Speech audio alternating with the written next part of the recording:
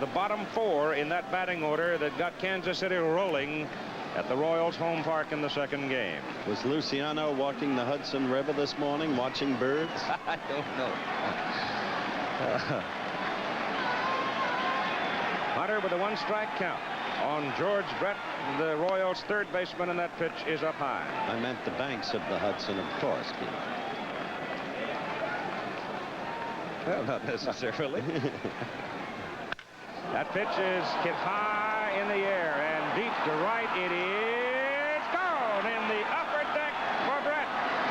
It's always nice to brief you folks in advance. Very thing we were talking about.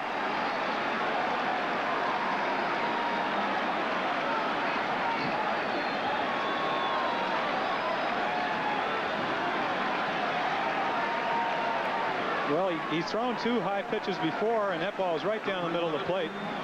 And I don't think he's throwing really very well now. He's just doesn't have that good velocity. And when you pitch up there, you got to have good velocity. That pitch is in for a strike. During his career in the regular season, Catfish Hunter has given up 359 home runs. Hal McRae hits it high, and it comes back. Thurman has a look, and it's on the screen out of play. George Brett received by his teammates in the dugout as the Royals lead 1-0. The thing about Hunter is he has been one of the great clutch pitchers of all time. And if he can get by the first inning, he usually settles down. McRae hits it to right field. Piniella coming toward the line makes the catch for out number 1.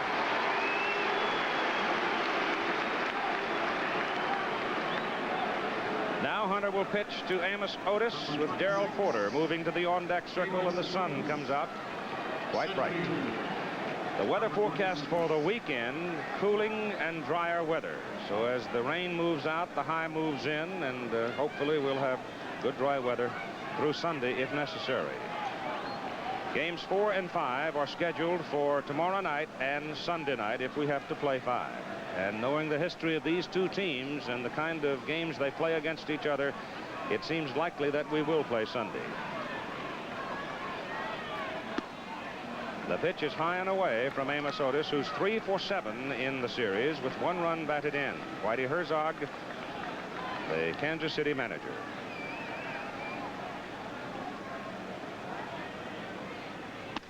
High and outside again. It's 2 balls and no strikes. He continues to be high, and he is what you would call a placement or location pitcher, Jim. Well, he is. He's always been a high ball pitcher, but he got McRae out on a high pitch, but the ball was inside. Looks like he's just trying to get ahead of the hitters. Pops him up, and it comes back and onto the screen out of play. That ball was up, but it was in, so it's not a bad pitch. Catfish, I think, pitches a lot like I do, where he tries to get ahead with his fastball, and then when he does get ahead, he goes in and out. And the one thing he will do, he will challenge you. That's why he's thrown as many home runs as he has. Doesn't walk too many guys, but when he does give up home runs, usually they're with nobody on, especially if it's a leadoff hitter of the game. The pitch is outside, and that time looked to be right about the knees. It's now a count of 3-1.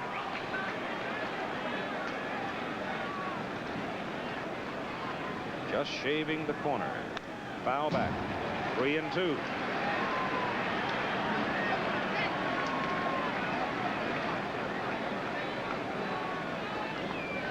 Let's see where Munson sets up as Bob Lemon sits in the dugout. Brett's leadoff home run, giving the Royals the early lead, 1-0. 3-2 pitch to Otis. Hit on the ground. Stanley flags it down. Freddie throws on a bounce. No, not quite in time. Good speed from Otis. That's one of the many fine qualities in Amos Otis as a ball player. As you look at it again, a fine play by Stanley. Prostrate, he quickly gets to his feet, throws. But the trademark I was talking about of Amos Otis is that from the right side, he gets down with exceptional speed to first base. Otis, with that speed, representing the possibility of running for Kansas City as Darrell Porter comes to the plate. Now, Hunter is far superior to previous Yankee pitchers like Beatty and Tidrow in holding the runner to first. He's not a high kick pitcher.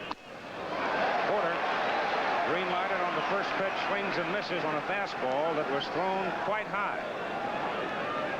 You'll vouchsafe that, I trust, Jim. Certainly, but they're going to run on Munson because his arm is bothering him. And they won't run on Catfish.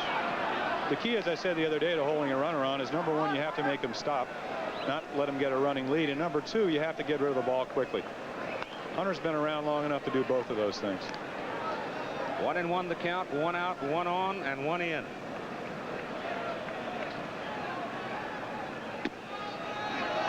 Two and 1. Ken Clay is in the bullpen. Hunter will want particularly to be aware of that runner to protect Munson's damaged shoulder. Well, definitely. He knows that Thurman's not throwing like he did earlier in the year. That's right in there. Slider, 2 and 2. There's Clay, just in case. Remember him? He backed up the 24-year-old starter Beatty in the first game and pitched no-hit ball. But you have a situation here that he's probably not running. He probably will be now, but because you have a hole at first. Amos goes. Ball gets loose at the plate.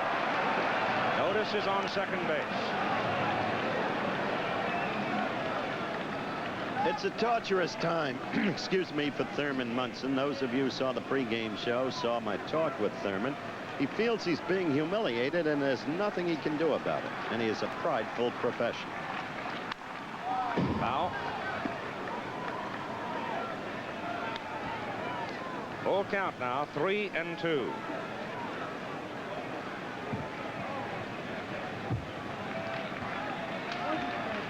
Otis has now stolen 4 bases in this playoff series.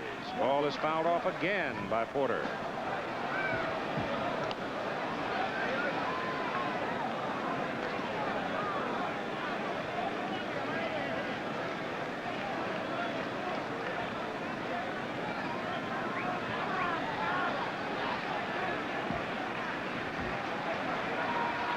With 1 out, 3-2 pitch is hit high in the air to right center field. Rivers is right there. Otis tags at second. He's going. The throw. Good throw. He's out. Now that's what Jim Palmer and I were talking about in a prior telecast. The fact that Rivers' arm is underrated. The release is so quick and the accuracy is there that he can fool you. Kansas City, a running club with great team speed. Otis, a great base runner, thrown out on a fine peg by Mickey Rivers. So there it is. We'll be right back. Call him a Yankee killer, but this year he had 2 losses and 2 no decisions against New York. For the Yankees coming to the plate, it's Rivers to lead it off. Mickey up there. And Roy White will follow with Thurman Munson, the third scheduled batter. Reggie Jackson is the designated hitter today, and it's strike 1 on Mickey. Ball 1. Paul Splittorff might well have opened the series, except his dad passed away last week, and he was put number 3 in the pitching rotation against the Yankees by Whitey Herzog. The ball is pulled to right field. And most importantly, let me say this, as the ball is picked up by the right fielder Cowens, when Mickey Rivers left the plate, he was obviously hobbling. He took 3 steps and obviously is working with a very sore hip and leg. The New York batting order, there it is. With Jackson, you see the DH and Piniella in right field. Rivers, White, Munson, Jackson, Piniella, Nettles, Chandler, Stanley, and Dent. I think it should be noted that Rivers is playing hurt, and he made a great throw in the very first inning. I want to make the point because the management has often been at odds with him. As you looked at a called ball, but presumably not hustling.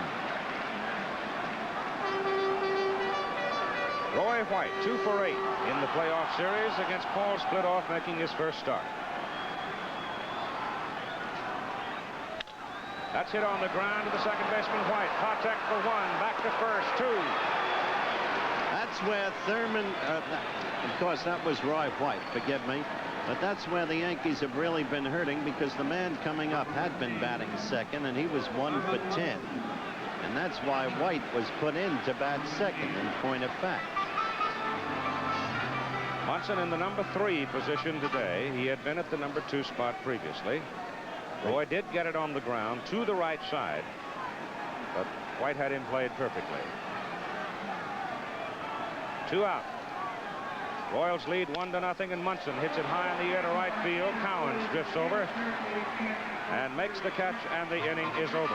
So, after the first inning of play in game number 3 here at Yankee Stadium, it's 1-0 Kansas City. All right, Catfish now.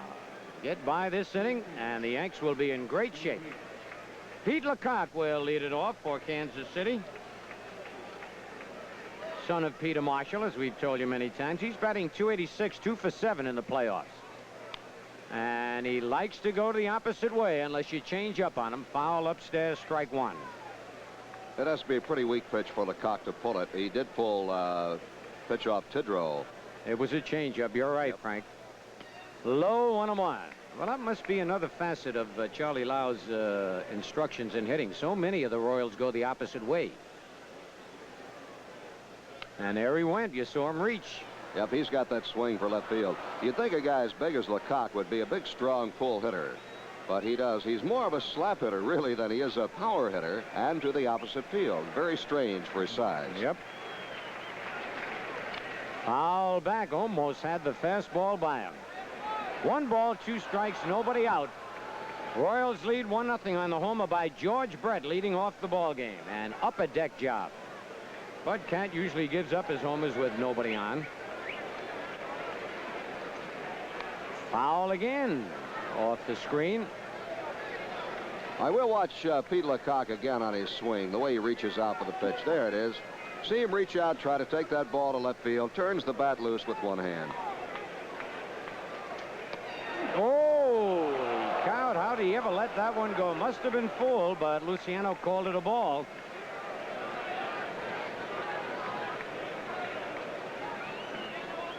Two and two. Foul tip, dropped by Munson. So Lecoq gets a light. Cat seems to get a little more velocity as the game goes along. I think that's one reason for the early home runs, Bill. I don't know. It just seems that he builds up. That's right, Frank. For some strange reason, the first inning looks like he's just lobbing the ball in there. And again, he reached out, fouled it in the upper deck down the left side. He's tough to strike out, Lecoq. He has not struck out in the playoffs as yet. No Catfish.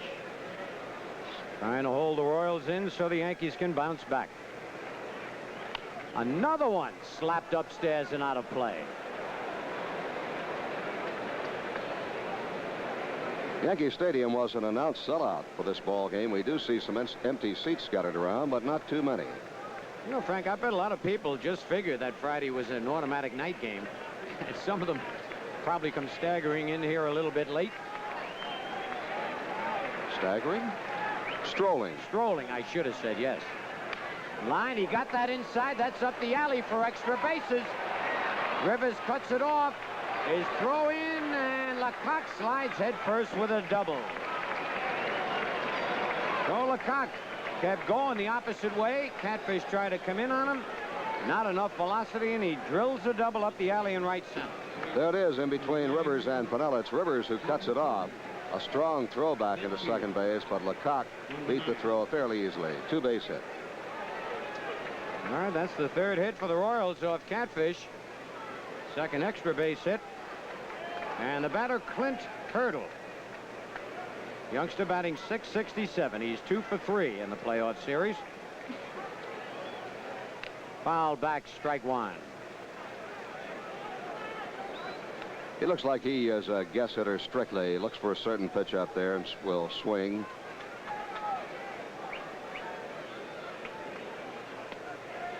Strike 2 call, 0-2. Yankee pitchers have recorded just 6 strikeouts so far in the playoffs. Otis 3 times, Patek twice, and Porter once. Make that Cowens once. 1 ball, 2 strikes. Well, the Royals managed to get a piece of the ball. There's Lecoq at second. Nobody out. Royals in front, 1-0.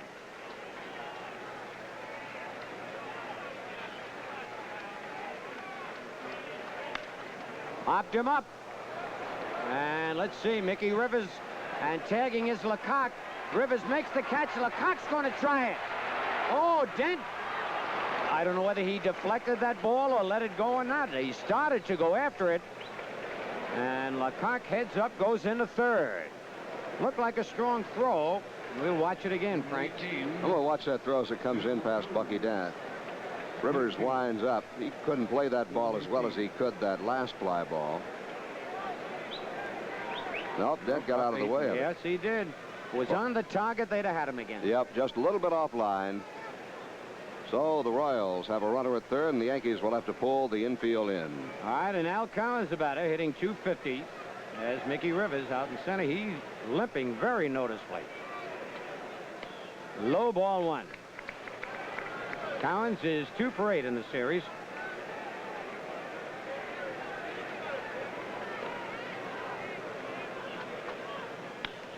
Oh, good play by Nettles. Holds Lecoq, throws out Collins.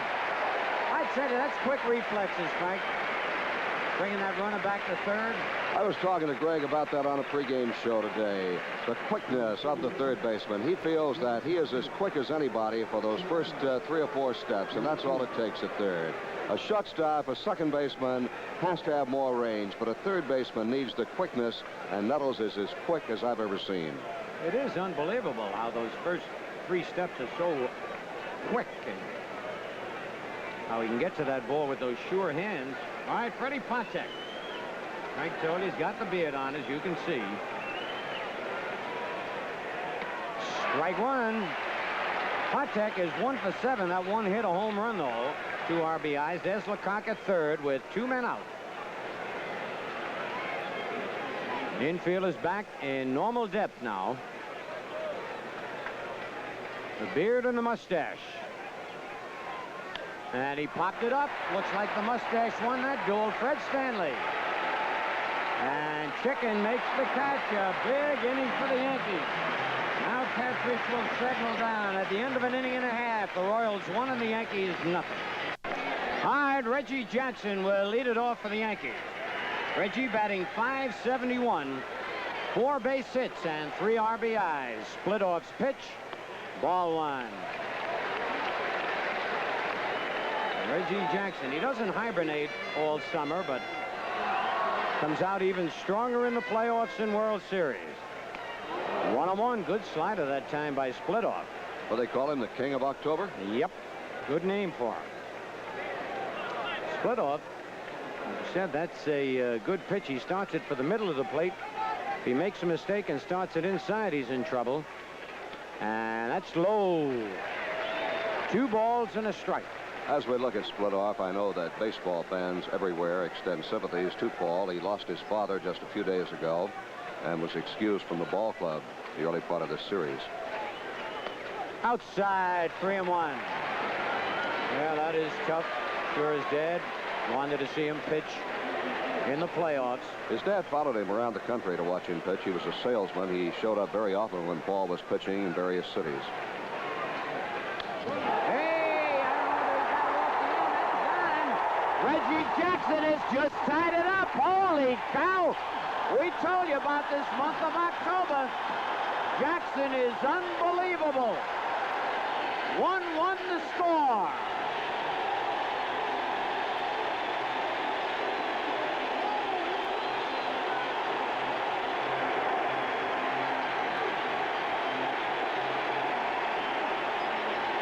Here it is, the King of October reigning supreme as he hits it up the gap between the grandstand and the bleachers. Towering fly ball and up that little alleyway out there. And now comes Miller time. When you've got the time to celebrate something special, head for the best tasting beer you can find. Miller High Life. Oh, I tell you how many times Jackson has made that home run trot. And Splitoff's got to be a little bit shaken up. 1-1 the score as Lou Piniella takes the ball. That's Reggie's second home run of this series, of course. Fans remember the 3-run homer he hit off Raboski in the first game. All right, Piniella 2 for 10 in the series. Popped this one up to shallow right center. Cowan's calling. And loses the cap, but makes the catch, 1 away. Al Cowan They got a lot of speed, a lot of good arms in that outfit. There he is, Reggie Jackson. Frank White leads off for Kansas City. Hunter, curveball, outside corner, strike one. Brett's on deck, and Hal McRae will follow. Now that's the pitch to watch for against the right-handed hitters. Reach for it, taps it back to the pitcher. 1 out. And against the left-handed hitters, let's see now if Catfish settling down gets that fastball the tail away from them, Jim. Well, his key, like I said before, is that he got behind Brett, he hit a home run. He got behind Lecoq, he hit a double. And he and Splitoff are the same type of pitchers. Paul Splitoff pitched a game against us, beat us in Baltimore this year. The hardest pitch he threw was 83 miles per hour. So you get the idea that he's a controlled pitcher. And he got behind Reggie Jackson 3-1, and he hit a home run. So the key to them being successful today is throwing strikes, getting ahead of the hitter. The same pitch that Splitoff threw to Reggie that he hit out 0-0 probably would have been a fly ball to center field. Brett hits it well again. Rivers turns his back, goes back. It is gone. Brett is 2 for 2.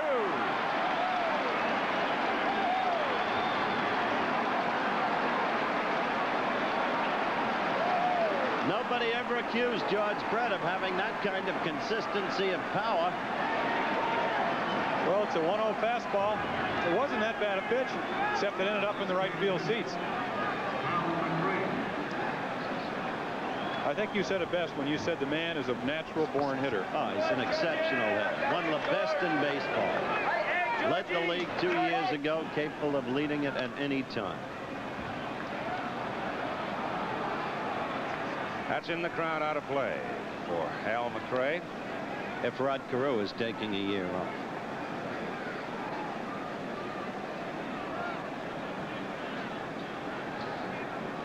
Most home runs ever hit in a championship series game was Robertson of the National League, Pittsburgh. He had 3, but George Brett now has tied the American League Championship Series record at 2, and they're successive. 1 ball and 1 strike to Hal McRae. Shot to right and lined sharply to the crowd. Foul ball. It's 1-2. New baseball. Let me tell you that this telecast presented by authority of Major League Baseball, intended solely for the private non-commercial use of our audience. Any publication, reproduction, retransmission, or other use of the pictures, descriptions, and accounts of the game without the express written consent of Major League Baseball prohibited. And that's another foul ball. You just saw a tight shot of Jim Catfish Hunter. What a remarkable man he's been. It doesn't matter which team you're a fan of. Everybody respects this man. Outside to make it 2-2 on Hal McRae with Amos Otis on deck. As one of the great pitchers of his time and as a person, given up for dead. He beat the dead shoulder and diabetes in the same year. Whoa. McRae checked on it, and it's on the corner for call, strike 3. And this is what's going to make Catfish successful. He throws a fastball. Look at the control. It's right on the corner. McRae thinks it's a ball. Strike 3. See you later. The plate is 17 inches wide. Catfish throughout his career has never needed that. If he's right, he only needs 2 inches. The rest is black. Right, Jim? Actually, I had an umpire tell me that the plate's 23 inches wide because the ball is about 2 3/4 inches, and when you take the ball on the outside of the corner, it makes it even bigger. Doesn't seem that sometimes when you don't have your good control. Otis, big swing for strike 1. That was Catfish's first strikeout of the ball game. 2 out now. Is that 2 out? White led off. Then McRae struck out looking. In between, you had the second successive home run by George Brett. Darrell Porter's on deck. That pitch way upstairs.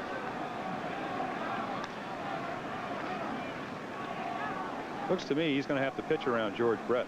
Might be a better idea to walk him. You might be right. Well, this is a lineup that has been so successful for Kansas City. That's right. And you know one thing, Catfish doesn't give in. He rarely ever walks a hitter, Jim. Well, I think he better think about walking George. Brett has never hit a home run off me. I just throw him fastballs away, and he doubles and triples to left field. I found that the best thing to do. Otis now with 4 stolen bases has put himself in the American League Championship Series record book. Previous record was 3 by Campa Campaneris when he was with the Oakland A's. 3-1 to Amos. Yogi Berra's on the phone and using the walkie-talkies. That's the placement of the defense for New York. Amos is on with a walk. First one in the game by Hunter. So Amos, who singled and stole second, then was thrown out by Rivers trying to advance on the fly ball by Porter. Let's see if Amos is running again with 2 out.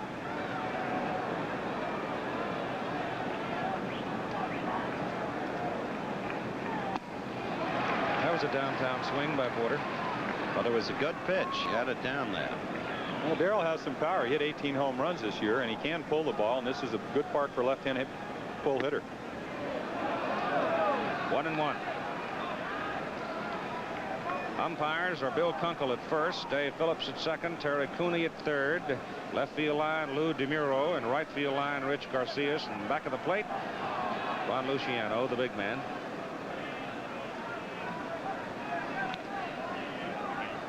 Kenny Clay up for the second time in the ball game.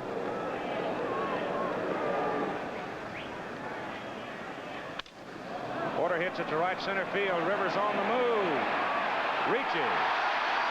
He trapped it. And he's hobbling, and the Kansas City runners are moving, and they're going around. Amos Otis all the way to third. Porter to second.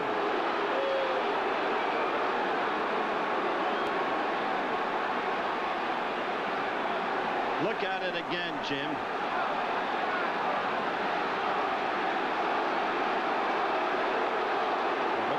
Looked to me, he caught that ball. It's so easy to second guess, but from our evidence on this replay, it appears that Rivers caught that ball. You can't fault the umpire because he's out there. He just apparently didn't see it the way you can see it on TV. And I'd like to emphasize again that Rivers is a man who's playing hurt. As Keith pointed out, he's hobbling. Look at this angle. He quite apparently caught that ball. But there's nothing you can do about it. It's a judgment call. What? That's the third angle look at it now. I think that may be the best angle of all. I don't see the ball coming down out of the glove after he scooped it. Nope.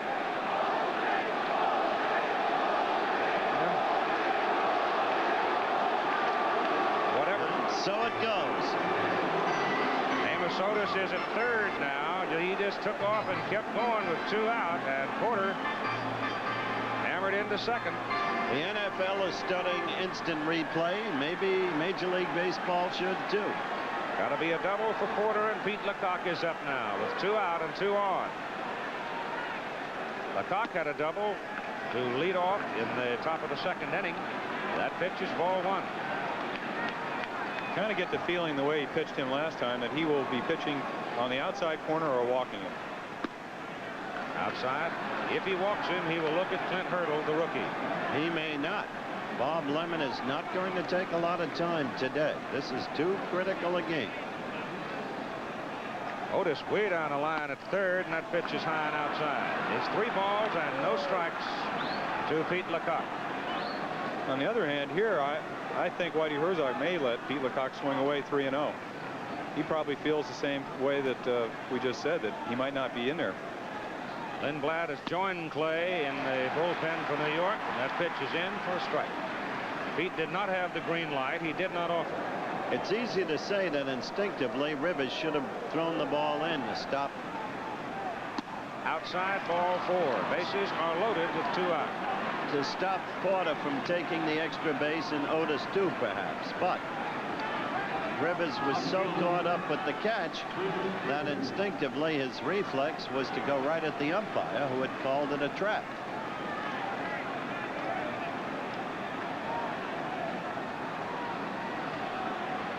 Well, it's Hunter against Hurdle with the bases full and 2 out.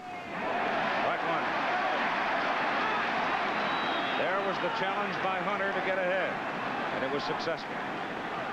Hurdle obviously expecting that. Swung and missed. That's strike 2.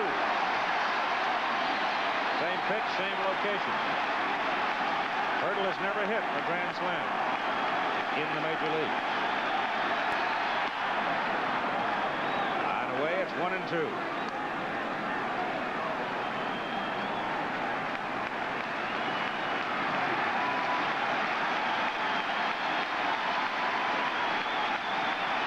Not much wind.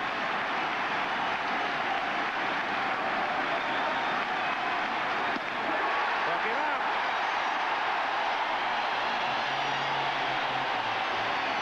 The Yankees dodge a bullet, but Brett's home run gives Kansas City a 2-1 lead. Your baseball life seems to have become a series of physical struggles. Are you completely sound for this series? I've been as completely sound for this series as I have been all year, Howard. After the season, I got to have my right thumb operated on. I have bone chips and bone spurs in there. And earlier in the season against the Milwaukee Brewers, I slid into second base and separated my shoulder.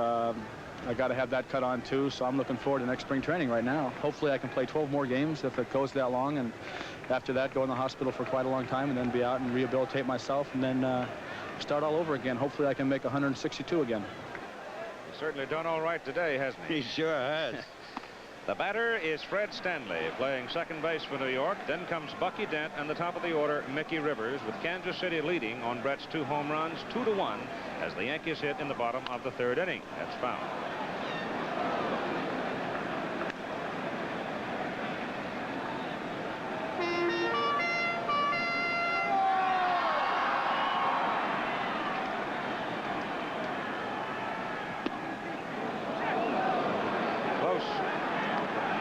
Split off one of that pitch. That's the way he pitches. He throws you a lot of fastballs away, and when you're looking for the ball away, he throws that hard slider in on your fist.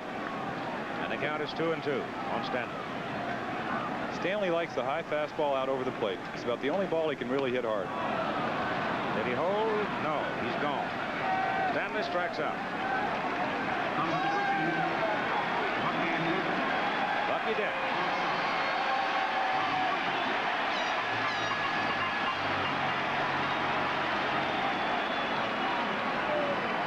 Home run number 5, and those last 3 RBIs were really big in the fortunes of the Yankees of '78. Happened in the tiebreaker game. Bucky takes outside, ball 1. Give you an idea of how effective he's been. Going into today's game, he led both teams in runs battling with 4. Jackson is now tied. Outside, ball 2. And he had the big 3 in Boston, my friend, with you there. Sure did. Splitoff finds the strike zone to make it 2-1. Dent's a good all-around shortstop. He doesn't have great range. He makes all the routine plays, and he's a tough out. He doesn't strike out much, and he hits in the clutch. Born in Savannah, Georgia. He pops it up on the right side, and it drifts into the seats, out of play. Did you say that? Is that a direct quote? I never said it. I don't think you'd say it that way either. No. Kansas City is one of the headiest clubs in baseball, and they proved it when those 2 men took advantage of Rivers. Inside, Paul Blair has moved to the on-deck circle. He will bat and play center field for Mickey Rivers, who on his very first at-bat, when he collected a single, appeared to re-injure or hurt that hip of his, and he's going to sit out the rest of the ball game. Net reaches, punches, and Cowens drifts over and makes the catch in right field for out number 2, and here comes Blair. There you saw Splitoff making Dent hit his pitch, right, Jim? Well, he sure did. He made a good pitch down and away, and not very often do you get a base hit on a pitch like that. Ladies and gentlemen, batting for Rivers. They do not suffer at all in having Blair in center field defensively, but they may very well lose some efficiency offensively. Ball 1. Well, don't count this guy a chump. Kansas City doesn't. They remember him well. He was a key man in the 9th inning rally that beat them a year ago in the 5th game. Pops him up. Porter coming to the screen. Out of play. Well, like we said the other day, since Paulie got beamed in Anaheim by Ken Tatum in 1970, he doesn't hit the right-handed pitcher as well as he does the left-handed pitcher. He hangs in there good, and a couple years ago, Earl Weaver told me I could make out my lineup. I was pitching here in Yankee Stadium, and he gave me 3 lineups. I had to choose one. I chose the one with Blair, and he had 10 putouts, got a key double, and he is the kind of man that you want in there when you got to win a ball game. After you look at that against Splitoff, after you did that with Blair, Weaver got mad at you. Hits that ball well to center. But Otis is there, and the out is made. So the Yankees are gone in order in the bottom of the 3rd inning, and after 3, it's 2-1 Kansas City. For New York, 1-2-0, and no runners stranded so far in the ball game. Al Cowens, Fred Patek, and Frank White, the bottom 3rd of the batting order for the Royals. Here in the top of the 4th inning, Kansas City leading 2-1.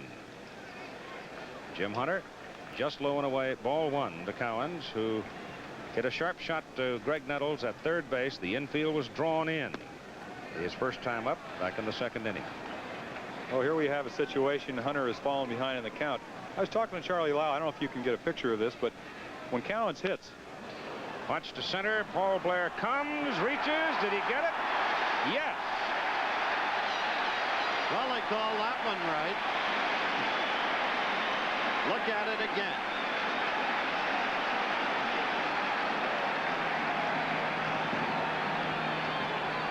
And this time the umpire had possession, and he could see the catch very clearly. That came closer, I thought, to being trapped than the catch that Rivers made. It really looked that way, but again, the white was on the glove. Second baseman Dave Phillips was right there to call it. Strike 1 now to Fred Patek. Freddie, I think, thought that ball was hot. But as I was saying, Charlie Lau was saying that guys that keep their feet together are good fastball hitters. Close together, and you'll see when Freddie stands up there, and he's a better high fastball hitter. And Cowens is the same way. And like I said, everybody's been pitching Cowens differently this year, and he didn't have quite as good a year. 2 balls and 1 strike to Freddie Patek. Not only does this team have great team speed, but up and down the batting order, they've got good, sound hitting. Anyone can hurt you. Well, Freddie proved that by hitting a 2-run home run the other day. Right. When he hit the grand slam off me, I was shocked. I mean, literally shocked. He's got occasional power. You can't lay it into his groove either. Well, the biggest thing with Freddie is you don't want to walk him, because he usually is close to leading the league in stolen bases every year. 38 this year. So Hunter did. With 1 out, Patek with plenty of speed on first base, and Frank White up. White may not hit you the big average, but he's a good contact man. He has a long look at the 3rd base coach, Chuck Hiller, as he comes to the plate. He's a beautiful athlete. He really is. He's improved every year. And now, despite the fact that he doesn't hit 300, he's gotten it up to 275 for the season.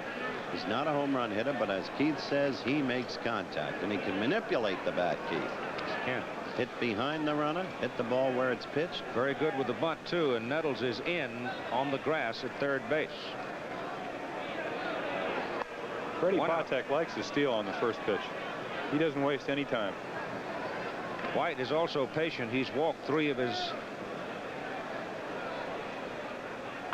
That's pulled, and it is a foul ball. Whoop, that was close, almost in the corner. Patek was already around 3rd. But he will go back now as Hunter, having a little trouble keeping the ball in the strike zone, has walked 3 of the last 6 batters. A break for Hunter. And walking 3 of the last 6 batters is normally a telltale sign for Catfish. He relies precisely on location, placement. Lindblad and Clay up again in the bullpen for New York. Goose Gossage, well rested, has not pitched in the playoff series as yet. His last work was Monday in Boston. There the right-hander Clay and the left-hander Lindblad. And White swings and misses on a good breaking pitch. And Catfish is ahead of him, 2 strikes. Keith, I had the pleasure of having George Bamberger as my pitching coach for about 10 years, and he always felt that location, not velocity, was the key to pitching. Where you put the ball, not how hard you throw it. Patek goes. White hits it high in the air to left field. Roy White shields his eyes and makes the catch, and Patek comes back 2 out.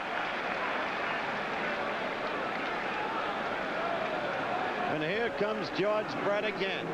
A man troubled with injuries that you've heard him express during the season. Still has the bone chips in the thumb that'll necessitate surgery.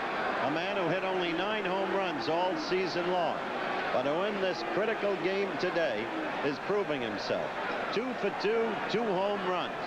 One into the upper deck, one into the right center bleachers. Catfish throws a change outside. I doubt if we'll see Freddie Patek running now. You just don't run when you have guys that are hot up at the plate. I think they'd rather see if he gets thrown out at second, you don't have a chance for a 2-run home run. Change up on the inside corner. 1-1. Bob Lemon's expression never changes. Be nice to know what he's thinking, though. He's thinking, let's get this guy out. Peace and tranquility. Right. There goes Patek. Pitch right in the groove. Throw through. He's gone. Brett will lead it off, and the Royals come up the next time.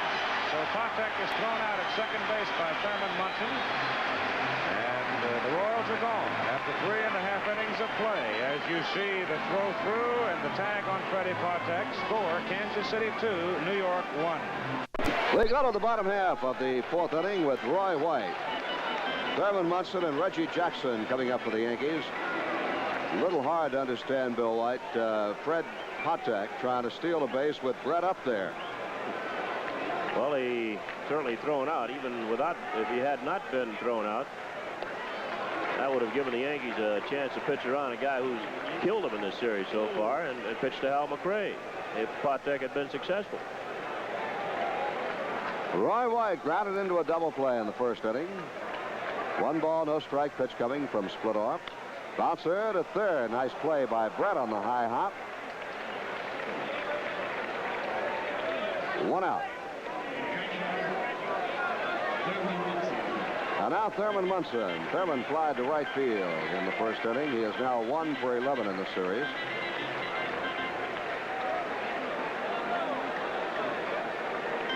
Kansas City leads 2-1 on the 2 homers by George Brett. The lone Yankee run is a home run by Reggie Jackson, who will be up next.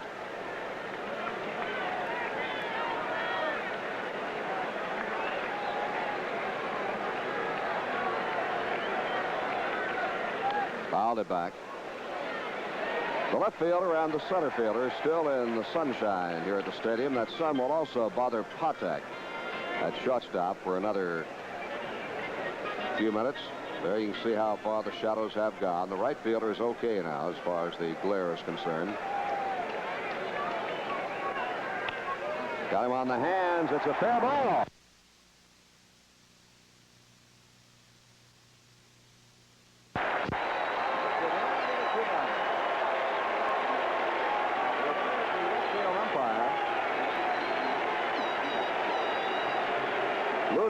Going right down there to watch that ball to be sure it wasn't touched. Ground ball. Brett can't get to it just over the bag. The ball will hit there and stick. Normally the ball comes out of there. Munson digs into second base, and Freddie Patek, the shortstop, has to go out and get the ball. Double for Munson. Well, Thurman has his 2nd hit in this year's series. The Yankees' 3rd hit of the ball game. Munson at second. Reggie Jackson will be the batter. That ball hit the flag down there, Frank. That's why it didn't come out. You wonder why it didn't come out, because it usually comes out, hit the flag, and stayed down there. That was a break. Check swing, pop foul.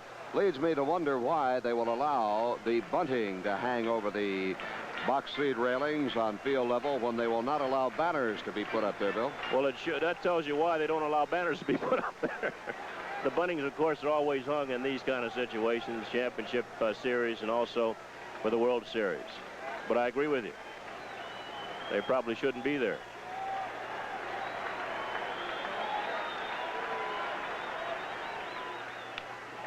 That's a base hit. Let's see if Munson tries to score. They wave him home. Hauser sends him on, and the throw will go to second. The Yankees have tied it up as Reggie has his second run batted into the game. That's good hitting, Frank. Reggie hit the first time up. He hit it into the runway out there, a home run.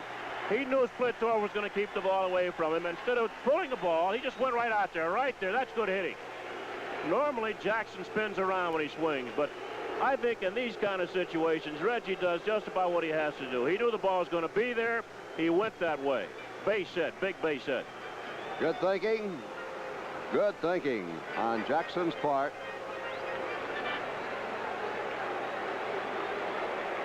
The ball game is tied up. Jackson at first, one out, and Lou Piniella the batter. The Yankees now have 4 hits.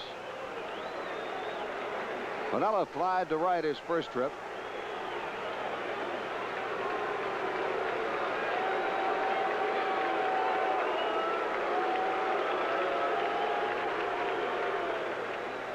Ball 1. You know, a lot of people complain about Jackson not hitting for average, Frank, and he strikes out a lot. But if he wanted to hit that way all the time, it would be awfully hard to keep him from hitting 300. Of course, he sacrifices that when he goes for the long ball. He wants to drive in runs, and he takes a good cut all the time. But if he wanted to hit, just flat out hit, he could hit 300. 2 balls and no strikes, and now it's the Royals who have the bullpen up and throwing. They've got the youngster Rich Gale, a right-hander, beginning to warm up out in left field. There is Rich Gale. Yankees haven't seen him this year, have they?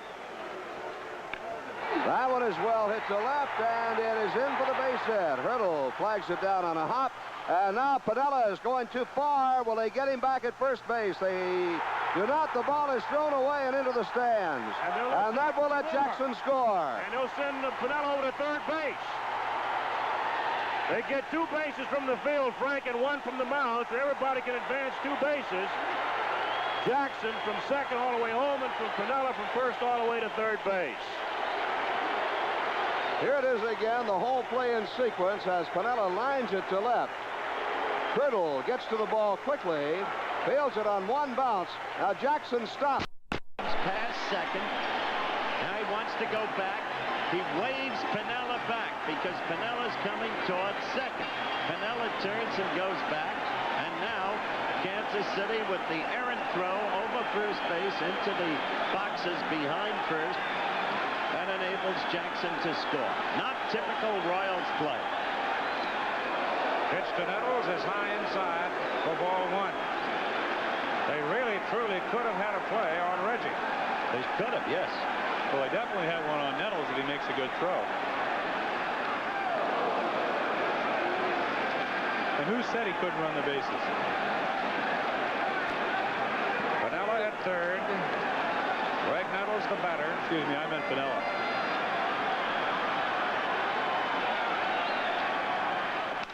High in the air.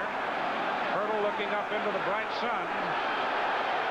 Makes the catch. Not the greatest arm in town, but he's got a great throw. It's off the mark. Slide. He is out. Piniella is blowing his back. So is Chambliss.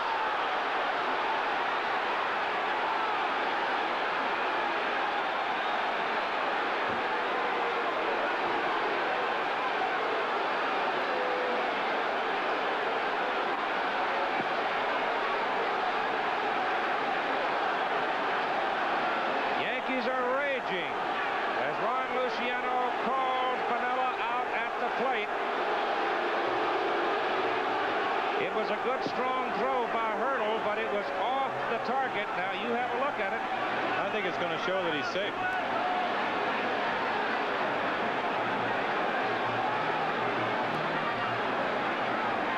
I'm not so sure at all. Not either. Let's look at it from this angle. Tell you this, Luciano's not going to take any nonsense.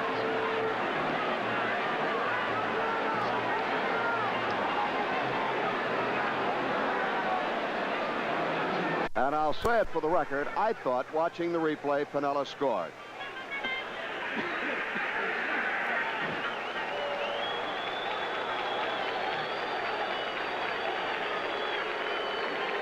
Let's watch it again, Bill.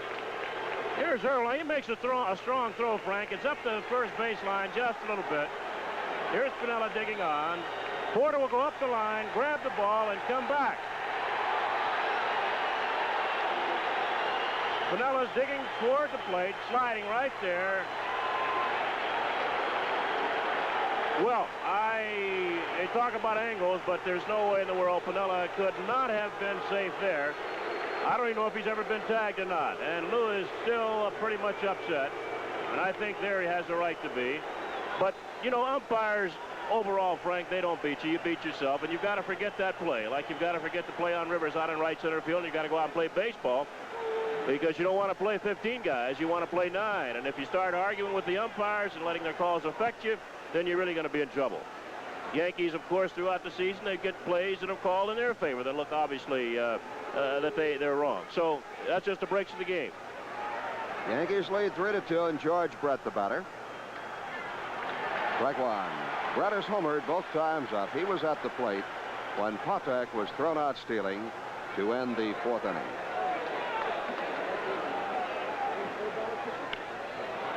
That one is well hit to right field, and it's gone again. 3 home runs in 3 at-bats for Brett.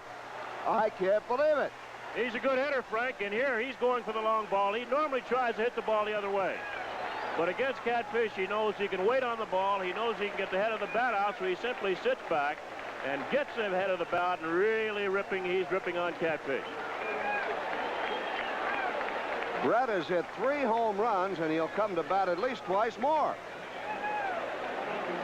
Here's Pinella starting back. He knows the ball is there right there, and it's about 4 or 5 rows in. 3-3 ball game, and McRae fouls one off on the right side. Playing its heart out. McRae hits the ball to center field. Paul Blair's got to go back for it, way back for it, and makes the catch. So that's the first out as Kansas City is tied it up at 3-3. Let's go back to that Pinella play again and look at it from a third angle. Now watch the lead foot, the right foot. Bounces on the ground, bounced up in the air. Right. Now, can we look at that second angle again, gentlemen, down in the truck? Chuck Howard and Chet 40. Well, we'll try to get it ready for you at a propitious moment. Amos Otis is the batter now on a 3-3 ball game as George Brett has hit 3 successive home runs, the first man ever to do it in American League Championship Series play. Here it is. Here's that second angle again, ladies and gentlemen. Now watch that right foot. See it up in the air? Up again. He missed it. That's sir. Good call by umpire Luciano. Bad slide by Lou Pinella. Right. And he'll brook no nonsense from anybody, that gentleman.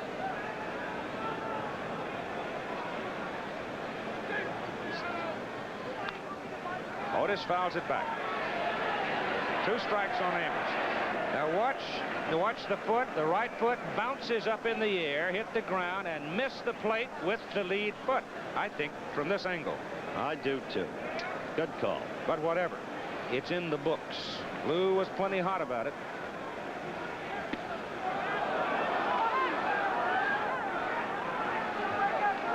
George Brett, 3 trips to the plate, 3 home runs.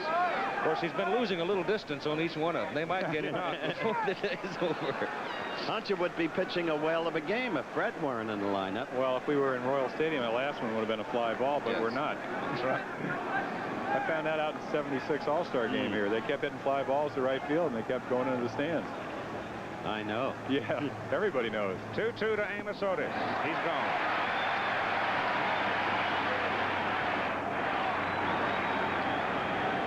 Lindblad and Clay throwing in the Yankee pen. Back of Hunter. There are the history numbers as George Brett has now moved atop the list in the American League Championship Series. An amazing performance by Brett. Darrell Porter, the hitter, with 2 out and nobody on. It's an amazing performance for Hunter. How hard you think it's easy to throw 3 home runs to the same guy? You can't do that if you want to. You're really a wise guy. Oh, yeah, right.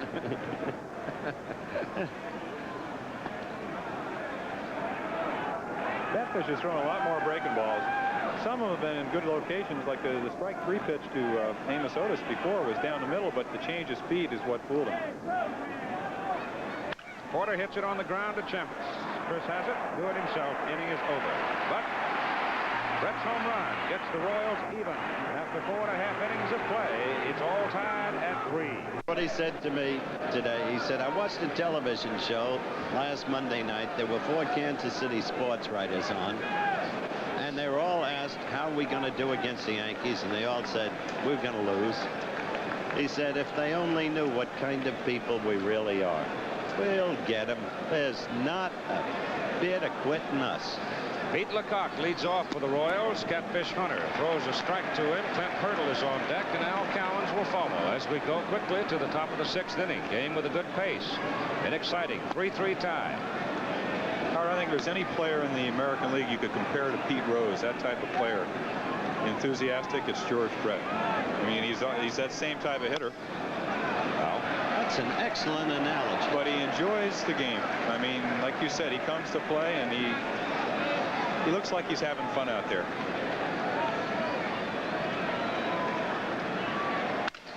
Ball is well hit to right center. Blair going back.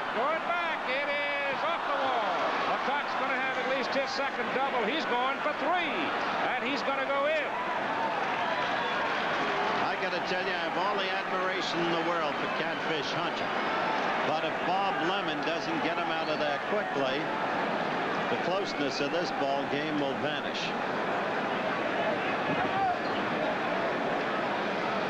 Indication of the kind of power the Royals first baseman has. He doubled to lead the 2nd inning. Now he has tripled to lead the 6th inning. And Paul Blair had a tremendous distance to go, trying to get to it at about 410 feet and couldn't come away with it. And now Goose Gossage is up in the Yankee bullpen. So the leadoff man is at 3rd with Clint Hurdle up, and he swings and misses for strike 1. There's the Goose. Nailed the lid on Boston last Monday at Fenway Park. Just outside. 1-1. There's the man that has to make the decision. Hurdle hits it down the right field line. It's a foul ball. Oh, boy, was that close. Remember, the 2 teams are presently tied. The Yankee lead run on that controversial play involving Lou Piniella. You saw our angles of replay. Make your own judgment on that call by Ron Luciano. 1-2 pitch. Struck him out with a breaking pitch. The old Goose. Well, I think it's a slider or an off-speed slider, and the ball really went down. Made a nice pitch. Now you've got 1 out, and Al Cowens comes up. Obviously a fly ball to the outfield of reasonable distance would deliver the go-ahead run. But Hurdle was unable to provide it. Check swing roller. He gets by Hunter. Stanley makes the play, and the runner is stuck at 3rd. Well, Lecoq did not run, quite obviously, because he thought Hunter was going to get that ball. Thus, a slowly hit bounder to 2nd, but the quick look over to 3rd by Stanley results in the putout, and it's still at 3-3. And I indicated, with all my respect and admiration for Hunter, I think he's one of the greatest pitchers who's ever pitched, that it would be wise to take him out. I apologize, Mr. Hunter.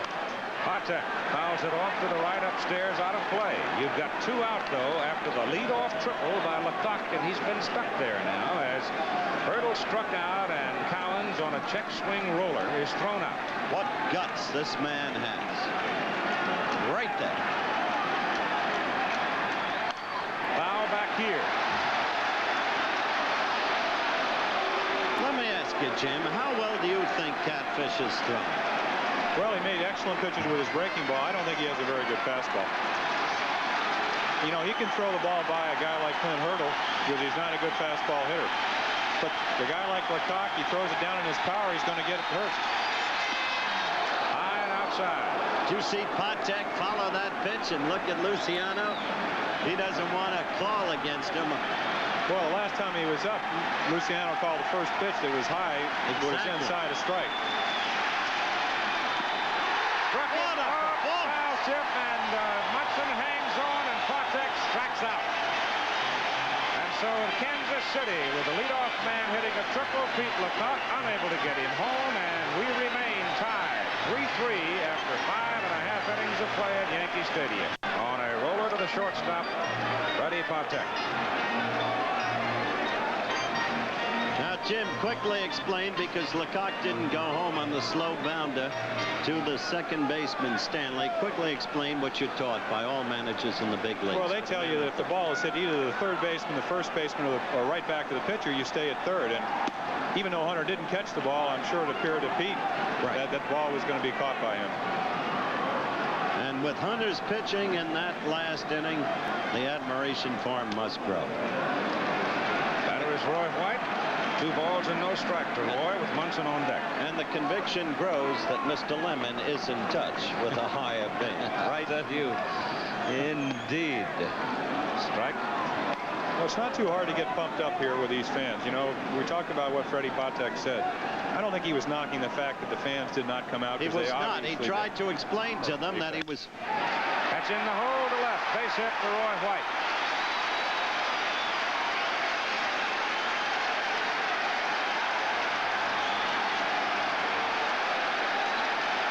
Sharply pulled past the third baseman and the shortstop into left field. White's aboard with 1 out, and Munson coming to the plate.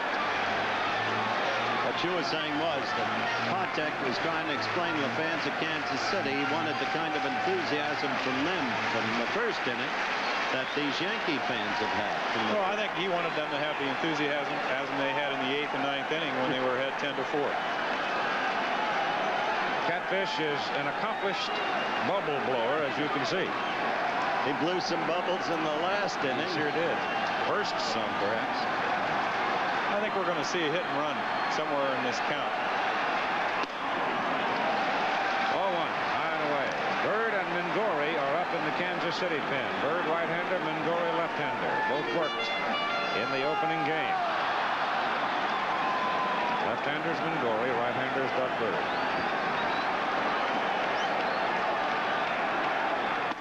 There's a strike. 1 ball, 1 strike to Thurman Munson, 1 out, and Roy White at first base in a 3-3 ball game. Yankees are batting in the bottom of the 6th inning.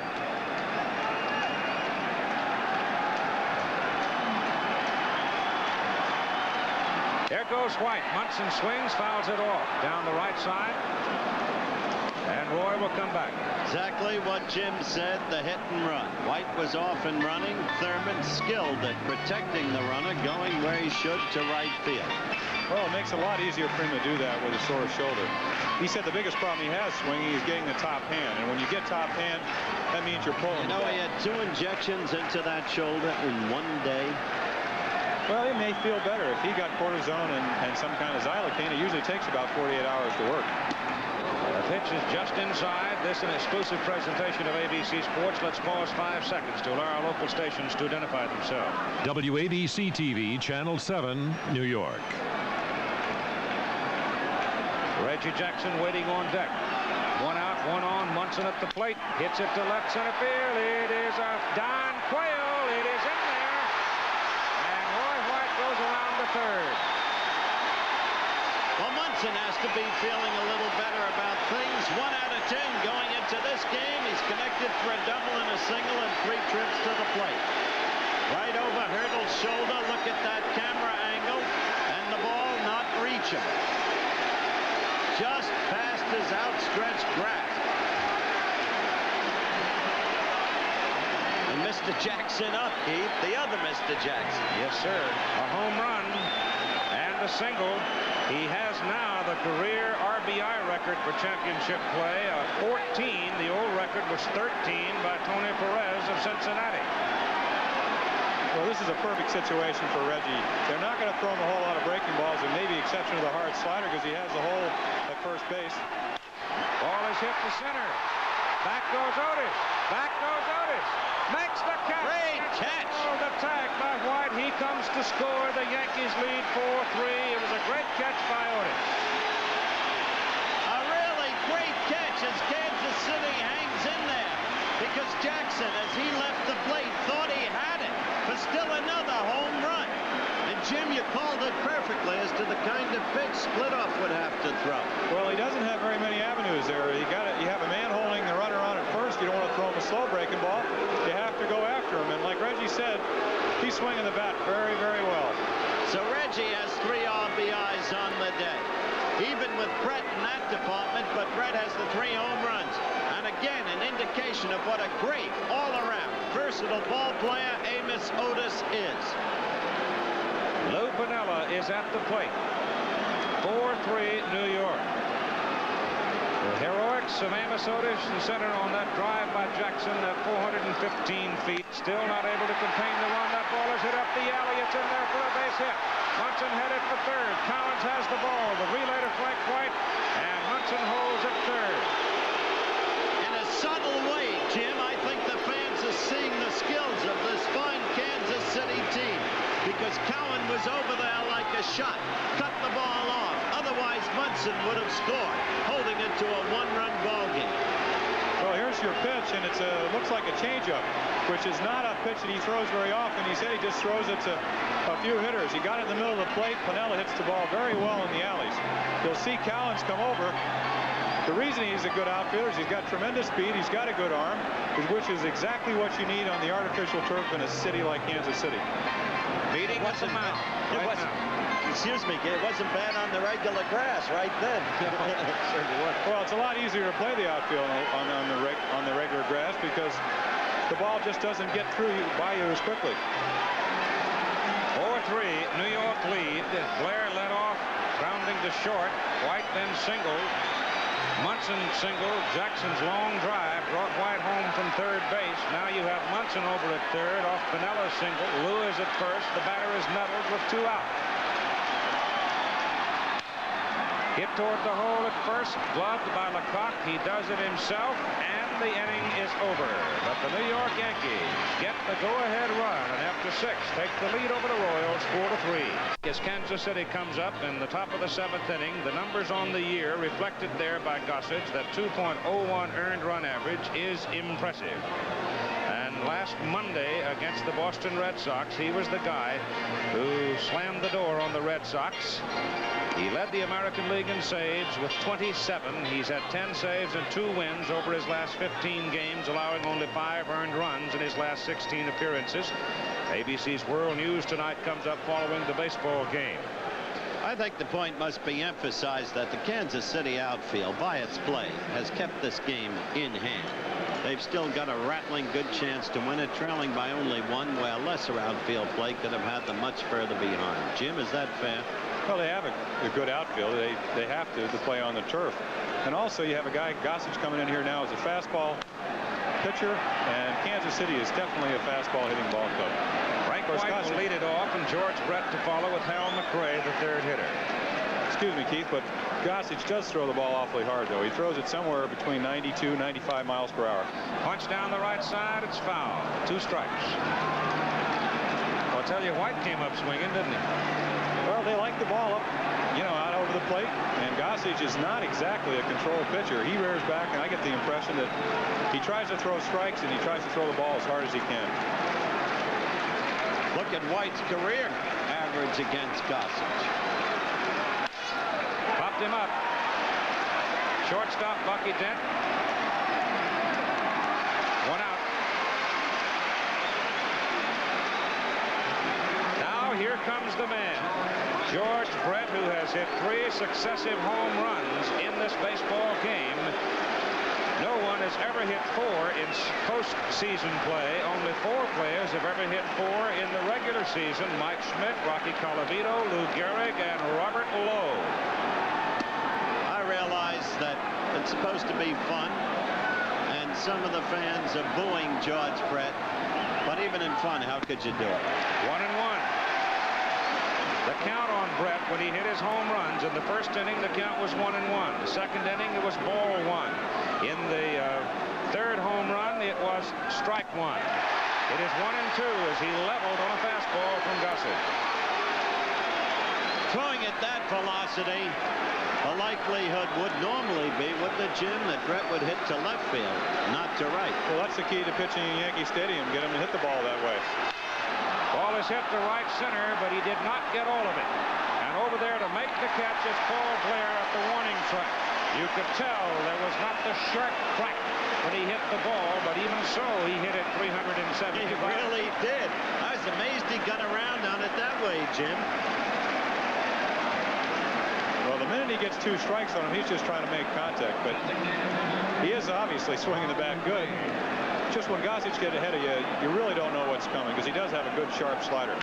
McRae hits it to the right side, and that is Bucky Dent. He hits the ball to left field. Hurdle holding his ground, and looks like Clint's going to have all 3 putouts here in the bottom of the 7th, and he does. An easy inning for Paul Splitoff. The score remains after 7, 4-3 Yankees. Back to 4 baseball. The hitting heroes for the Royals today so far have been Brett with his 3 successive home runs, Lecoq with a double, a walk, and a triple. And don't forget that Lecoq was left standing at third in the top of the 6th inning with nobody out. He was over there, and they could not get him home. Up to this point, and Catfish Hunter rose to that occasion, that's been perhaps the turning point of the game. Up to this point. Gossage, strike one. And for all of you looking in, at least 2 Royals must get on for George Brett to get up again in this game. Strike 2. Oftentimes when Goose Gossage has a lot of rest, he has trouble finding the strike zone, but today that is obviously not the case. Well, Amos Otis does not like the hard throwers. He does not play against 2 pitchers in the American League. One of them being Nolan Ryan and the other one myself. I don't know why he included me in that category, but he just takes the day off. That's foul. How many strikeouts do you have this year, Jim? Not enough. Gossage against the Royals, however, on the minus side, as you see.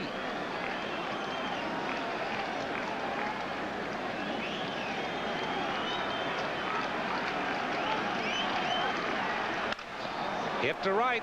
Piniella on the move. Can't get it. In the corner. Otis going to second. He's in, standing. So, very quickly, the tying run in scoring possession. And what is past may be preview in the light of his past record against Kansas City. And remember, this is a guy that can fly. Great speed on the bases. Piniella goes deep in the corner chasing the ball. Slid by him. And Amos went in easy at second. Darrell Porter doubled in 3 trips. Punch to left, base hit. Here comes Otis. Outfield a little soft. Amos will score. We're even at 4. Didn't take long, did it?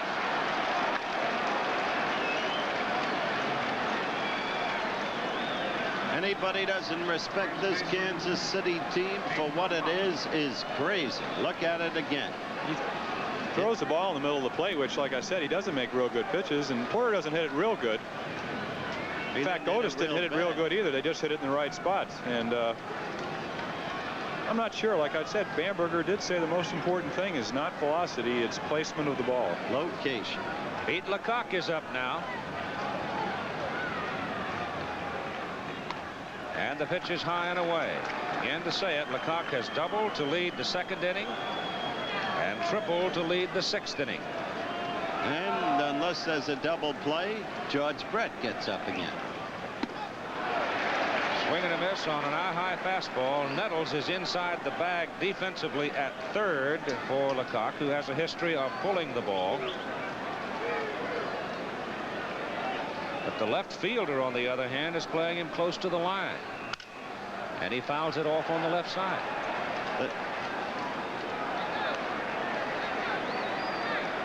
All right, you see the outfield as we pan across. There's no intent here to give Gossage anything other than the credit he deserves. But, and let's watch the pitch, will develop more. Struck struck him out on a 1-2 pitch. When a relief pitcher, Jim, has a record of 10-1 and 11 loss, figures in that many decisions, he is giving up runs on average. I would suppose so, unless he did come in a lot of tie games. On the other side of the coin, Rollie Fingers had 37 saves, yet had a lot of losses. Inside corner. John Hurdle with a swing and a miss for strike one. It's well, Gossage, I think, got a lot of his losses early in the season when he wasn't pitching very well. Outside. I think overall that's fair. He's done a great job for him probably the last 2/3 of the season. But these kinds of figures are one of the fascinations of baseball. Slices it foul to the left side. Porter hangs on at first base with one out and one in. And the tie score 4-4.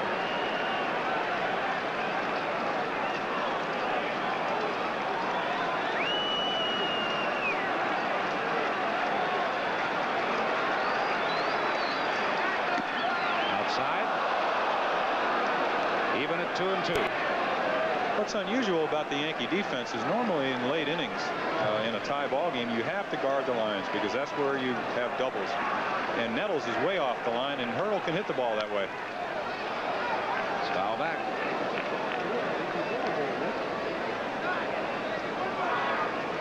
As we pan the infield, watch Chambliss.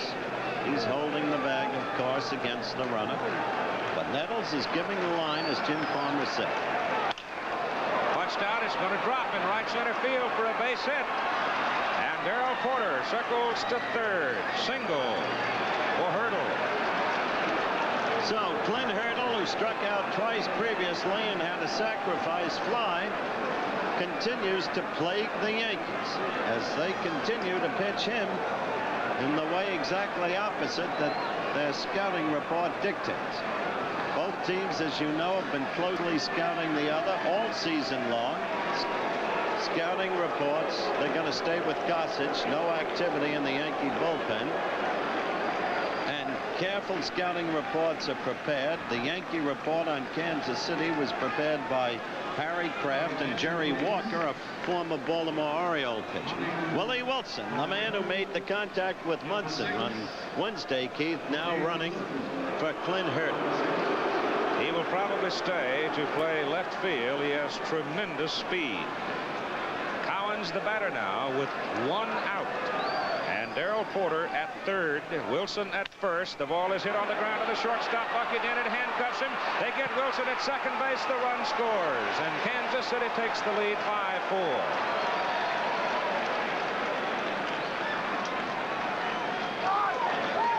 This is some ball game. Well, here he makes a good pitch, hits a grounder, and this is where your speed pays off. Even if he could have gotten the ball on balance, Wilson's getting down there. I doubt if Stanley would have got a throw off. I think Willie was late getting the start, too. Because with it, even with his tremendous speed, they were able to get him, and Bucky Dent stayed with that thing and fought it all the way to get one of them in. But the run came home, and the ball is loose at the plate. And the runner, Cowens, advances. So with two out, Al Cowens now at second base as you see the line score here in the top of the 8th inning. So this quickly has this Kansas City team come back. Jim Hunter now is no longer a pitcher of record as the pitch by Patek is fouled off into the crowd out of play on the right side. And while I don't suppose anything could emulate the classic of Monday at Fenway Park, attention, anticipation, excitement, execution, this game in its own way is at least resembling. The pass ball credited to Munson for the advance of Cowens. It's over the pitcher's head. It is up the middle for Bucky Dent. Good play. The slide at first not quite in time by Patek. So the Kansas City Royals come up with 2 runs. Lead 5-4 after 7½. I have that feeling now about the Yankees. Talk about momentum, talk about spirit, talk about being loose, talk about whatever you want to. This is a team that now wants it and wants it badly and feels they can get it. I'm surprised that nobody has even said a word about it being like 51 when the Giants caught the Dodgers. The Yankees were 14 games out, what, 2 short weeks ago, 2.5 weeks ago. In the bottom of the 8th inning for New York.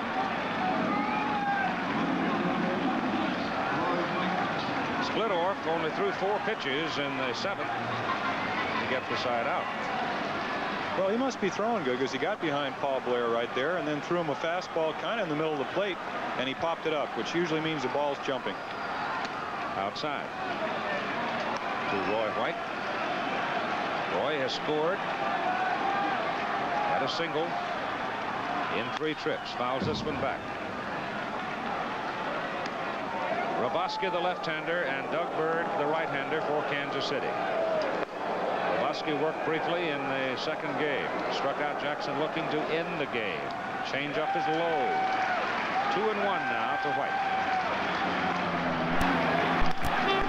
There's Thurman Munson waiting.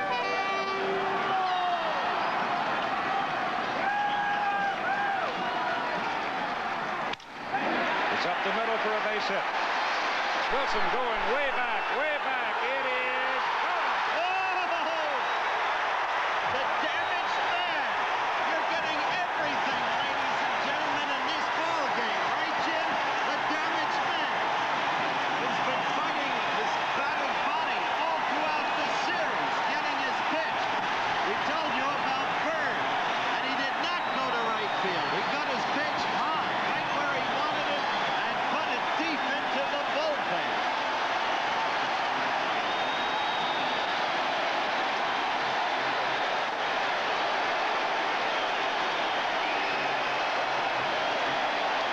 Whitey Herzog to the mound. Bird is gone. Roboski will come. Well, Keith, you said it pitched to one batter. You couldn't have been more right. You saw the pitch again, right up there, right where Munson wanted it, shoulder high. And somehow Munson put all his strength together. And suddenly, going into this game, 1 out of 10, he's gotten 3 for 4. He hit it at least 410 feet. That is why he is called the club professional, the captain of the Yankees. And it's still some ball game, and Kansas City comes up next inning. And George Brett gets a turn at bat, and if you count the Royals out, you're crazy. The crowd is roaring. They want Munson out for a bow, but I doubt if he'll do it. He's not the type, Keith. There he comes, Yep, though. he did come out.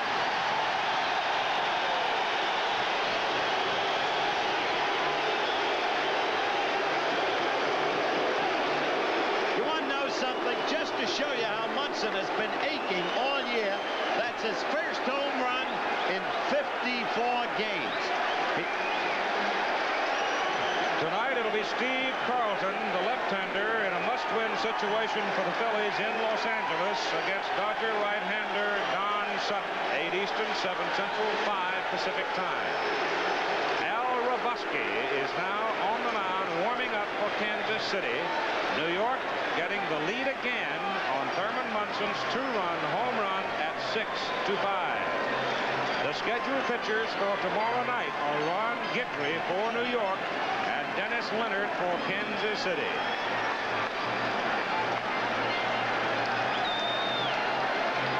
Before this game is over, it may rival your game of Monday, Keith.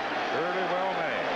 Except this one does not have the dimensions of that game Monday. Exactly so. ABC's World News tonight. Frank Reynolds in Washington, Max Robinson, Chicago, Peter Jennings, London, ABC News correspondents over the world. These are the major stories. President Carter and Chairman Brezhnev of the Soviet Union discussing possible arrangements for a ceasefire in Lebanon. We'll also cover the story involving the Shroud of Turin, which some claim is to have covered the body of Jesus Christ after his death. It'll be examined by United States space scientists to determine if the image on the cloth is that of Christ. That's ABC's World News tonight. And Howard, it once again illustrates the importance of getting ahead of the hitter. Thurman's was talking to him the other day. He said he was really frustrated because there's been a couple instances the other day, runners in first and third. Patton threw him a hanging slider. He can't swing the bat. 2-0. He got up there. He looked for a fastball, and he hit the ball 415 feet. Reggie Jackson comes up now. You see that he's hit a home run. in this ball game already. And remember, in the 7-1 New York victory, it was Reggie's home run that put it out of reach, and he hit it off Al Roboski on Tuesday night. The crowd is hooting at Roboski as he goes behind the mound, has his coat, comes to the mound, flame coming out of his eyes, nostrils flared, and here comes the mad Hungarian.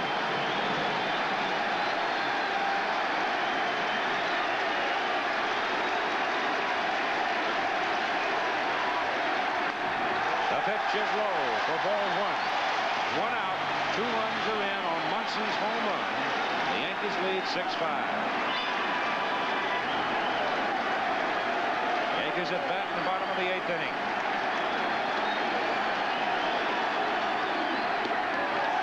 Ball 2.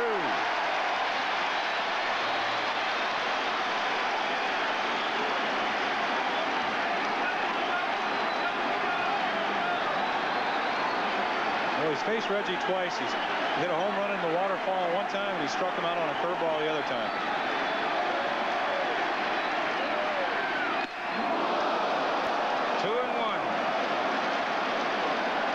He struck him out with the score 10-4. Look at this pitch again. Well, Reggie's looking fastball, no doubt, 2-0, and he throws it awfully good. He took some rip at it, I'll tell you that. Well, I think Reggie would like to hit another home run here. Not too many of the guys like Grabowski's act. He also doesn't want Brett to upstage him. Strike 2. I'll tell you, he had a lot of mustard on that. Good pitch. To it past Reggie.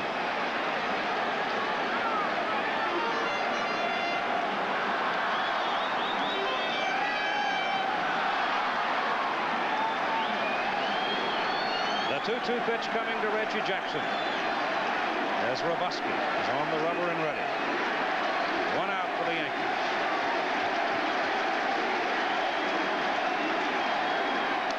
Decked him. It's 3-2, and you know Roboski did not want to go full 3-2 to Jackson, but he's going to have to now. Well, he's going to have to come in with this one, as Keith said, and Jim, you're right. Reggie is thinking of home run, nothing but.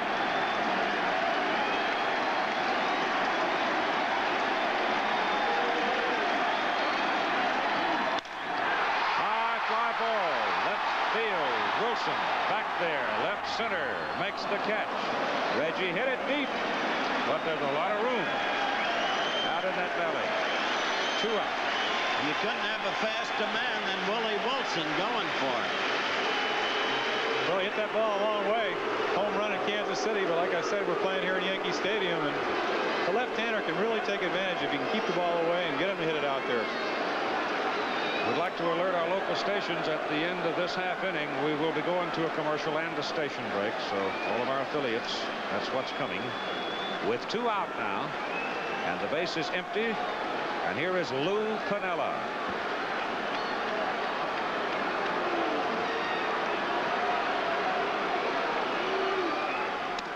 High and away, ball 1. You know, Keith, Munson's ball went further than the one Reggie just hit. I just can't believe it, considering Munson's physical state. Crushed it.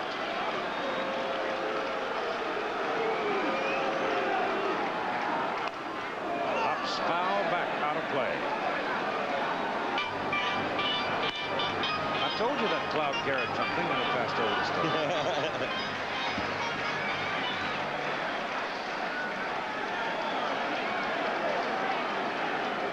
Well, it's 430 feet out there, very close to where Munson's ball went out, so he had to hit it 410 feet, hit it right at that cage. Right now, it's a 1-1 count with 2 out to Piniella, and Lou swings and misses for 1 and 2. He's looking for one himself. Yeah, I think Lou would like to hit a home run.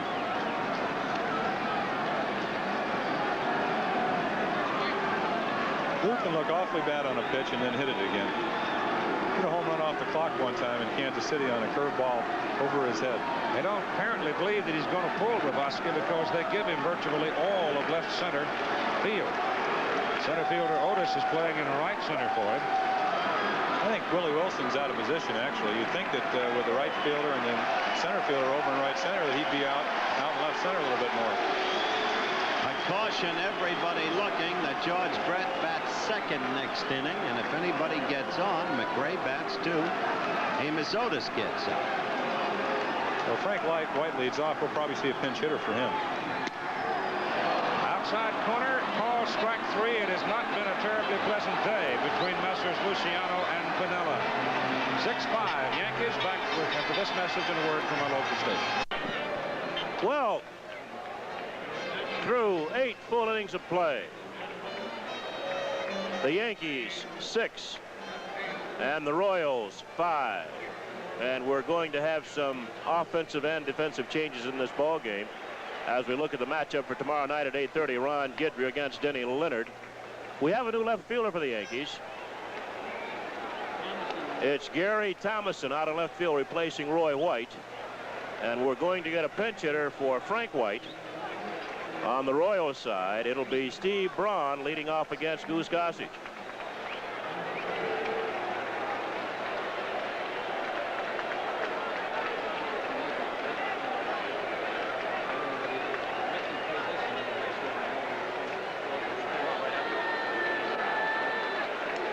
Here's Steve Braun, a .251 hitter this year for the Royals. He'll lead off against Goose Gossage.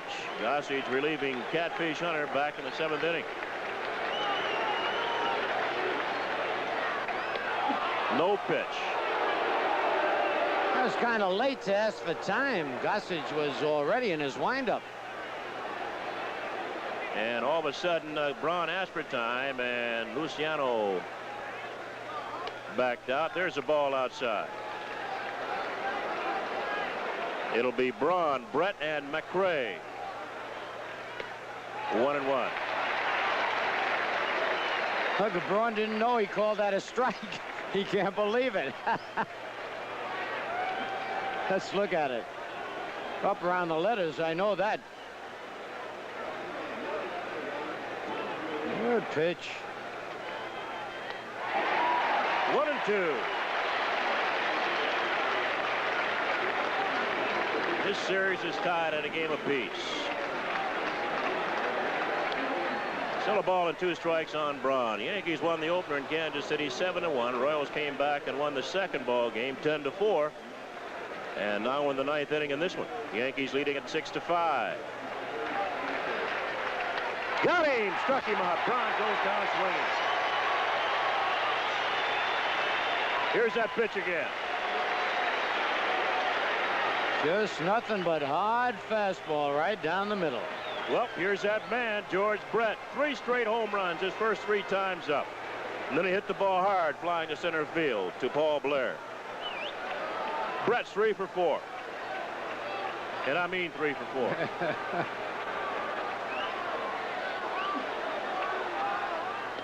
4. Low, ball 1.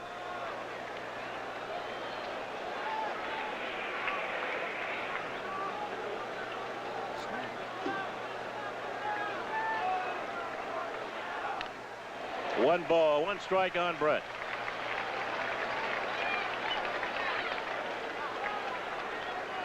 Brett's had a pretty good series. 6 base hits, 13 times up.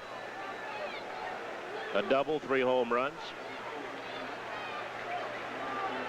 I think he wants to get the trainer out to look at his thumb. That would be the only reason Luciano would allow him to go back there. Maybe a little more tape or a little rosin, or they're going to put more tape on the thumb. Yep. It's amazing how he's hit so well and played so well with that bad thumb.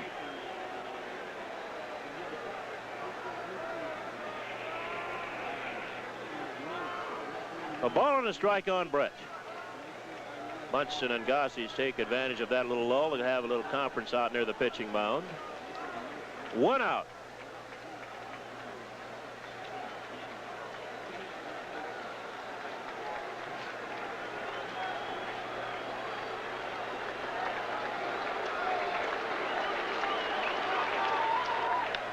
In the left field, Thomason is there. 2 out.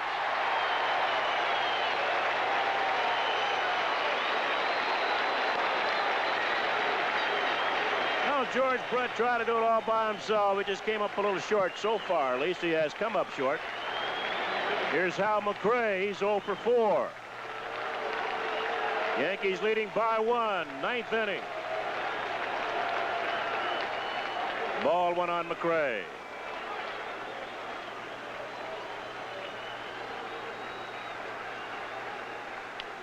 That's out of play off the right side of the upper deck. It's 1 ball, 1 strike on Hal McRae.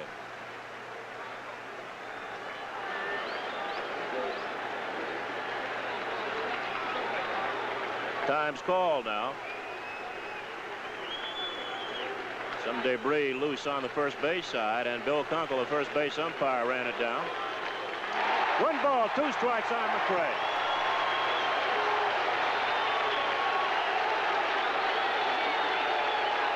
And the Yankee fans now are up clapping. 1 and 2 at 2 outs. 2 and 2.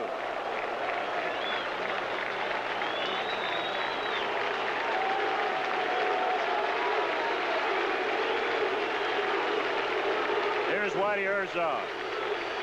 Out of play, upper deck right side on McRae. Still 2 balls, 2 strikes. Ron Guidry going tomorrow night. We'll be here, of course.